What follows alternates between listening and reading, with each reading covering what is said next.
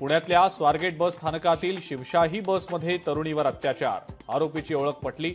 मुख्यमंत्री फडणवीसांकडून घटनेची गांभीर्याने दखल।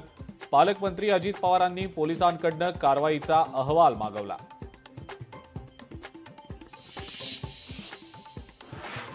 मस्साजोग इथल्या अन्नत्याग आंदोलन स्थगित। भाजपचे आमदार सुरेश धस, खासदार बजरंग सोनवणे आणि अप्पर पोलीस अधीक्षक सचिन पाणकर यांच्या भेटीनंतर आंदोलन स्थगित।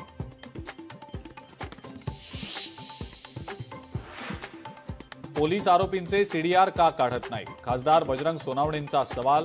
मारेकऱ्यांना पळून जाण्यासाठी पैसे आणि गाडी पुरवल्याचा सोनवणेंचा आरोप।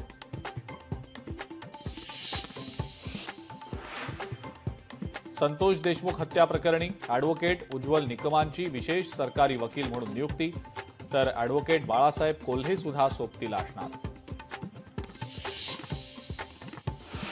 राज्यात फिक्सर आणि दलालांचं पीक आलंय। हे पीक कापण्याचं सध्याच्या मुख्यमंत्र्यांनी ठरवलंय, त्यांचं अभिनंदन। सामनातून मुख्यमंत्री देवेंद्र फडणवीसांचं कौतुक।